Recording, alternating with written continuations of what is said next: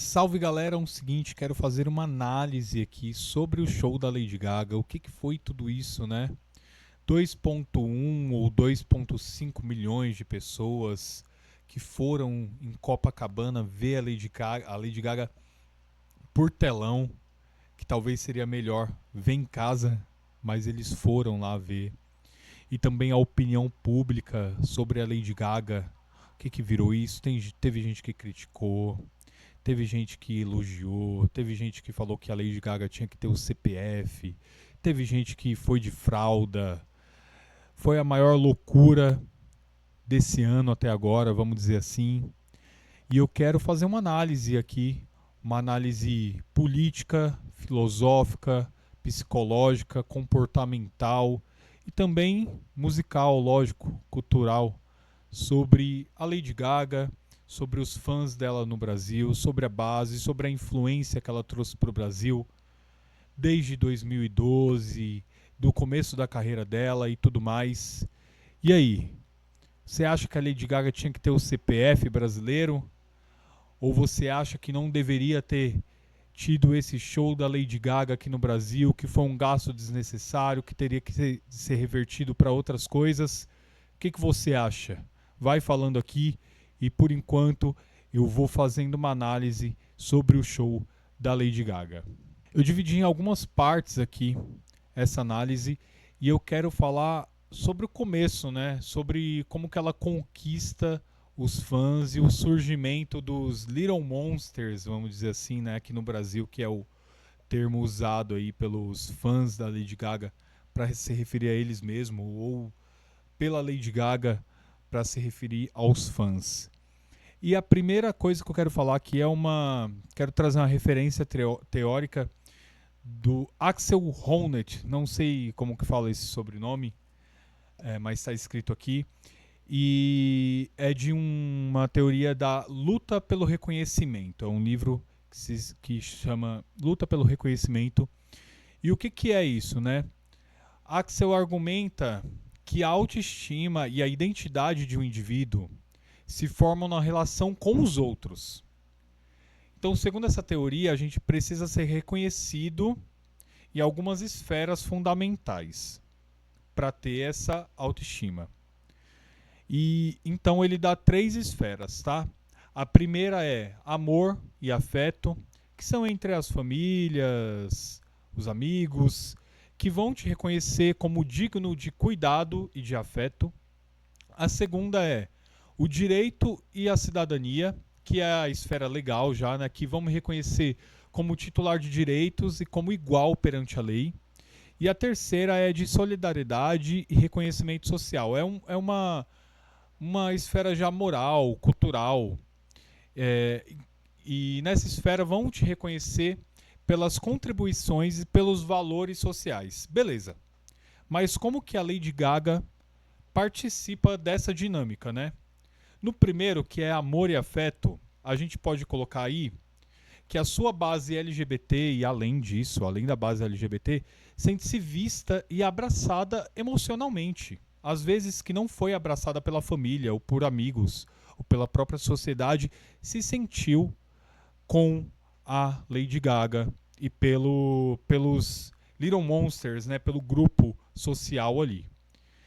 O segundo, de direito e cidadania, é quando ela defende pautas políticas. Por exemplo, o Born This Way Foundation, né, que é uma fundação que ela fez, acho que em 2011, se eu não me engano, e ela, com essa fundação e com outras coisas que ela faz, né, ela ajuda a reforçar o conhecimento legal e social do direito LGBT.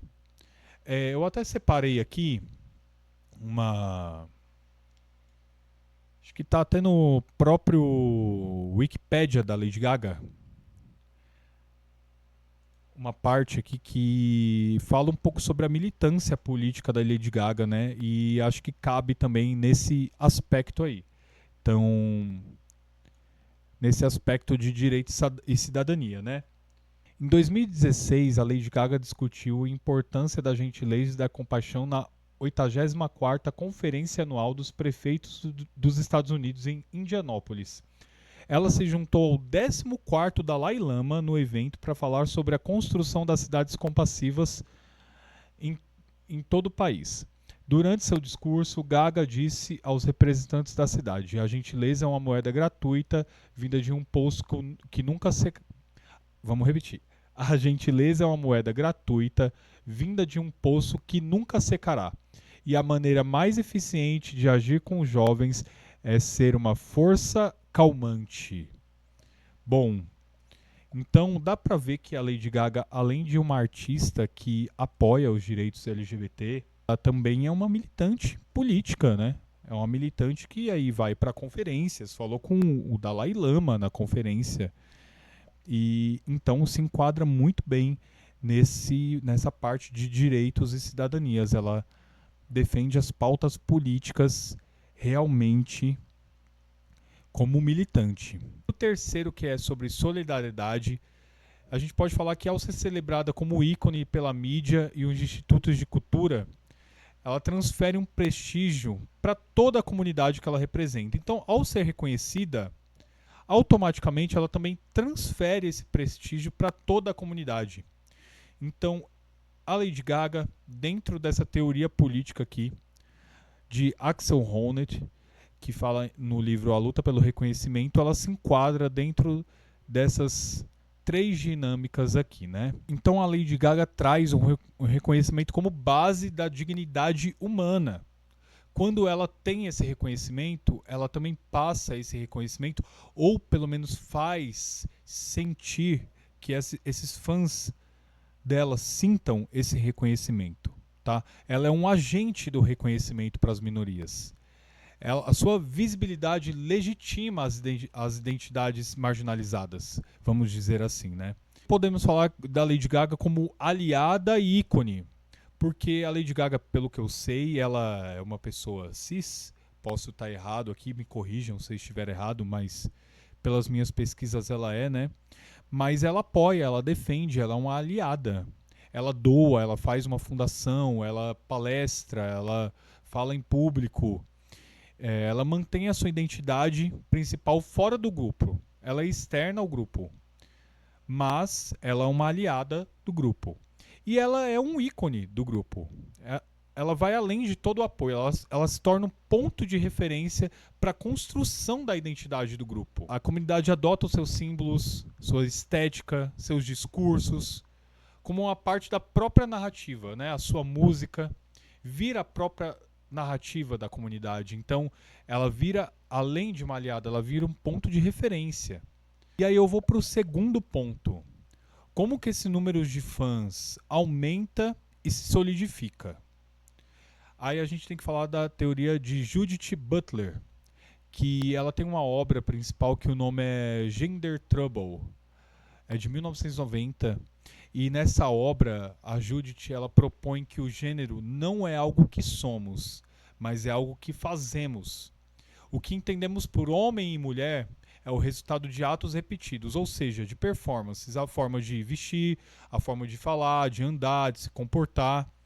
Portanto, o gênero é algo performativo, não é algo essencial ou natural. A sociedade ensina esses roteiros e as pessoas repetem. Isso abre espaço para rupturas, né? Se o gênero é uma performance, então ele pode ser questionado, ele pode ser reinventado, subvertido. Então, segundo essa teoria da Judith Butler, como que isso aparece na Lady Gaga? Vamos analisar a Lady Gaga como performance de identidade. A Lady Gaga é conhecida pelas suas transformações estéticas, figurinos extremos, a ambiguidade de gênero dela. Ela não é, ela performa. Ora ela é hipersexual, ora é meio grotesca, ora ela é meio andrógena. Isso desestabiliza os padrões normativos de feminilidade e sexualidade. Entende? Se você for ver a Lady Gaga de 2012, que veio para o Brasil, e a Lady Gaga de agora, são completamente diferentes. Então ela quebra todo esse padrão e ela dá essa legitimidade para quebrar esse padrão. A gente pode lembrar também, eu pesquisei um pouco mais sobre isso para ver como que ela se enquadrava dentro dessa teoria da Judith Butler. E em 2011 a Lady Gaga apareceu como Joe Calderone. Era um personagem masculino E ela não apenas se vestiu como homem, ela atuou como homem, falou como homem. Isso foi uma encenação direta da teoria da Judith Butler, né? O gênero como papel, como encenação deliberada. E aí, ok, a gente pode fazer essa análise dentro da teoria da Judith Butler e a gente pode pensar também as influências da Lady Gaga no Brasil, né? Será que isso teve uma influência? Que você for ver a aceitação da Lady Gaga no Brasil, eu acho que também tem uma representação na mudança cultural e na sensibilidade popular. Como assim? Eu acho que o público passou a aceitar, admirar ou pelo menos tolerar a performance e figuras que fogem do padrão binário e normativo. Quando a Lady Gaga foi quebrando esses padrões, então as pessoas foram aceitando, foram entendendo, admirando ou tolerando essa quebra de padrão. Então a gente pode ver aqui, dentro do Brasil, uma influência sobre artistas brasileiros como Pablo Vittar, a Lineker, Glória Groove, e também a mudança no cenário, na indústria, e o entretenimento e no marketing LGBT. Tudo isso que ela fez tem uma grande influência nisso, não só no Brasil, como no mundo. E aí eu faço uma pergunta para mim e para quem estiver vendo esse vídeo também, que é, será que a Lady Gaga normalizou a parte da discussão LGBT no Brasil? A Lady Gaga e também com a influência da Pablo Vittar, Lineker, Glória Groove e muitas outras pessoas, será que elas normalizaram a discussão do LGBT no Brasil? Ou será que apenas criaram bolhas seguras dentro de um mercado de entretenimento? Eu também quero colocar um outro ponto aqui. Seria a Lady Gaga uma manipulação do efeito manada? Será que é isso também? Para isso eu peguei a teoria da conformidade de Solomon H. Não sei como fala também o nome dessa pessoa, mas é uma teoria de 1955. Ela pensa o seguinte: como a massificação de fãs cria um comportamento de efeito manada que podem reverter vieses negativos. Aí a gente pode pensar um pouco isso e colocar no cenário da Lady Gaga, né? Como que funciona esse efeito manada? Tem a pressão normativa. Indivíduos vão ceder para caber dentro de um grupo e evitar a rejeição. Se um grupo de fãs, por exemplo, os Little Monsters, exibem um orgulho e admiração, parte do público observa positivo e se sente seguro em aderir. Também tem a pressão informacional. Diante da incerteza, será que esse artista é realmente relevante? Muita gente segue a maioria como um sinal de confiabilidade. Simplesmente assim. E aí tem um efeito de mera exposição. Quanto mais vemos, mais ouvimos, mais lemos os clipes, as músicas, os memes e tudo mais familiar se torna, derrubando a resistência inicial, né? Aqui também a gente pode falar sobre os filmes da Lady Gaga, que eu acho que ultrapassou um pouco toda essa militância e a música e as performances da Lady Gaga, porque explodiram um pouco essa bolha que ela estava inserida, né? Filmes como Nasce uma Estrela ou o filme do Coringa foram para outros públicos que gostaram ou não desse filme. E aqui eu falo que não importa se goste ou não, o importante é normalizar isso. Como eu disse antes, é o efeito de mera exposição. Então, quanto mais você vê, mais você ouve falar, mais isso é normalizado e mais solidifica o público que gosta e entram mais pessoas que gostam e também fica mais comum aquelas pessoas que admiram a Lady Gaga, não é algo tão estranho. Um outro conceito também que é do Robert Cialdini, que ele fala no livro A Influência, a Psicologia da Persuasão. Esse conceito define a prova social como tendência humana de seguir o que a maioria faz, especialmente em situações de incerteza. Se muita gente escolhe algo, deve ser bom, ou pelo menos aceitável. E aí a gente coloca alguns pontos dessa teoria do Robert, né? Por exemplo, a redução de incerteza. Diante das muitas opções ou de um ambiente desconhecido, seguir a maioria dá uma sensação de segurança. Também podemos falar sobre a categorização social. Nós vemos as pessoas semelhantes a nós seguindo determinado comportamento. Comprar um ingresso, ou ir assistir um show, vestir uma roupa, se comportar de uma certa maneira.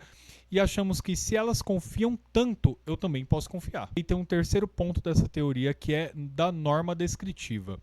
A observação que muita gente faz estabelece o que é normal, moldando comportamentos individuais. Ou seja, o que eu quero falar com tudo isso? Quero falar que foi um efeito de manada, 2,5 milhões de pessoas estarem lá? Não necessariamente. Quero dizer que a solidificação do público da Lady Gaga, com tudo que ela fez, com a sua militância, com os filmes, performances, músicas, roupas, o jeito que ela falava, que ela se comportava, às vezes sendo Joe, às vezes sendo a Lady Gaga, às vezes sendo uma Lady Gaga meio andrógena, tudo isso fez com que fosse normalizado aquele discurso que ela estava passando e aquele comportamento que ela estava passando. E dentro dessas teorias que eu passei aqui dentro, aquilo se normalizou, as pessoas se adaptaram, viram a Lady Gaga como ícone, replicaram esse comportamento, o que fez com que se normalizasse para mais e mais e mais pessoas, até chegar nesse ponto em que chegamos. E agora eu quero falar sobre, acho que algo mais material, menos teórico, deixando bem claro que todas essas teorias que eu passei aqui não quer dizer que eu concorde ou que eu ache que foi exatamente por isso que a Lady Gaga ficou famosa ou solidificou o público ou exatamente por isso que deu 2,5 milhões no show dela. Eu estou procurando algumas teorias para a gente pensar aqui nesse fenômeno Lady Gaga no Brasil, né? Mas eu quero trazer aqui algumas coisas que eu acho que são mais materiais e coisas que eu posso dizer que eu concordo muito mais e que eu acho que são concretas e óbvios para que o público desse show tenha sido gigantesco. A primeira coisa que eu quero falar é sobre valores, né? Valores, no caso, que não teve, porque foi um show público e isso é muito, muito importante. Acho que a gente tem que discutir um pouco isso. Por que teve 2,5 milhões de pessoas no show da Lady Gaga? Porque era um show público. Se a Lady Gaga fosse fazer um show privado, um Rock in Rio, um Lollapalooza ou outro festival, ou um show só dela, né, um show solo, não teria esse público, mesmo que comportasse esse público. Porque, gente, ninguém aguenta pagar o que os ingressos do Brasil estão sendo. Ninguém aguenta pagar os valores dos ingressos do Brasil. Para você ver um Lollapalooza hoje, um Rock in Rio, é 800, 1.000, 2.000, 4.000 reais, gente. É impossível pagar isso. E até eu separei uma coisa aqui para comprovar isso que eu tô falando, que é o que? A Lady Gaga, ela veio pro Brasil em 2012, né? O outro show dela que teve aqui. E aí eu pesquisei qual foi o público dos shows que a Lady Gaga fez aqui no Brasil e também o quanto que custava os ingressos para ver a Lady Gaga aqui no Brasil em 2012. Bom, a Lady Gaga veio para o Brasil em 2012 e ela se apresentou no Rio de Janeiro, São Paulo e Porto Alegre. No Rio de Janeiro teve aproximadamente 40 mil pessoas. Em São Paulo, 43 mil pessoas e em Porto Alegre, 36 mil pessoas. O público geral, somando tudo isso, foi de 119 mil pessoas. Ok. Quanto que custava esse show? O ingresso mais barato, o mais barato, era R$ 180. Quanto que era o salário mínimo, né? Quanto que era o salário mínimo em 2012? R$ 622. O salário mínimo era R$ 622 e o ingresso mais barato, que com certeza foi esgotado em segundos ou minutos, era R$ 180. Mesmo se fosse agora, vamos supor que agora fosse um show privado, vamos colocar que o ingresso custasse o mais barato R$ 500, R$ 400, que é o ingresso barato para um show hoje, tá? Você acha que teria, se tivesse um espaço que comportasse tudo isso, mas vocês acham que teriam 2,5 milhões de pessoas pagando ingresso de 400, 500, 1.000, 2.000, 4.000 reais? Não teria, gente. Não teria. O show da Madonna e o show da Lady Gaga, com um público enorme desse, com pessoas diversas, com pessoas que às vezes nem gostavam tanto assim, deixa claro pra gente que existe uma necessidade de entretenimento do público. As pessoas viajaram para ver a Lady Gaga no Rio de Janeiro e eu conheço pessoas que nem gostavam tanto assim de Lady Gaga, mas viajaram para ver, porque era um evento público. Entende? Então, eu acho que a gente tem que discutir um pouco mais sobre a democratização de shows no Brasil. Porque hoje não existe. E mesmo quando você compra um show na pista mais barata, hoje em dia você fica mais para metade da pista atrás. Mais da metade da pista é área VIP, é área premium. Eu fui ver um show, acho que foi ano passado ou retrasado, que era um show desses, né, privados e tal, era um festival que tinham várias bandas. E, cara, eu não consegui assistir o show. Eu não consegui assistir. Eu assisti como se fosse da Lady Gaga, eu vi pelo telão. A maioria dos shows hoje que você vai, se você pegar a pista, você vai ver o show pelo telão. O que é um absurdo. Você paga R$ 400, R$ 500 para ver um show pelo telão. Então existe uma necessidade de democratização dos shows no Brasil. Ok, podemos dizer também que no show da Lady Gaga existia ali uma área VIP, né? Uma área que era dos patrocinadores, mas aí a gente entende um pouco mais essa lógica, porque esse show foi uma iniciativa público-privada. A iniciativa privada quer a sua recompensa ali, então eles vão querer também uma área VIP para colocarem os convidados deles e eles para que esses convidados possam fazer a propaganda da cerveja ou da marca que estiver ali, enfim. Existe uma lógica para que exista uma área VIP num show público. Nesse caso, existe uma lógica para isso. Mas não existe uma lógica para que um show totalmente privado ou um festival totalmente privado, mais da metade daquele espaço seja de área VIP.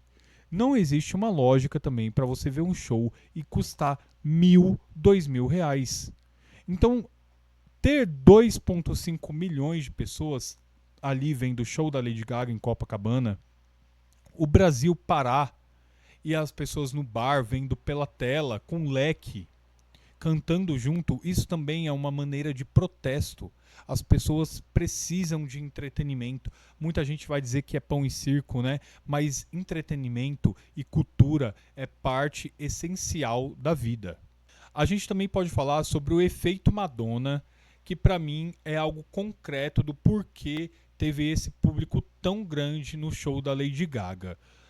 Quando teve o show da Madonna, a gente conseguiu ver ali que era, pelo menos pelo que eu vi pelas notícias, foi seguro, teve uma boa infraestrutura, trouxe um público ali acostumado com grandes produções e esse público gostou daquilo. Então, essa antecipação positiva ajudou a criar um ambiente muito favorável para Gaga, né? No show da Madonna, se eu não me engano, foi 1,5 milhões, algo do tipo.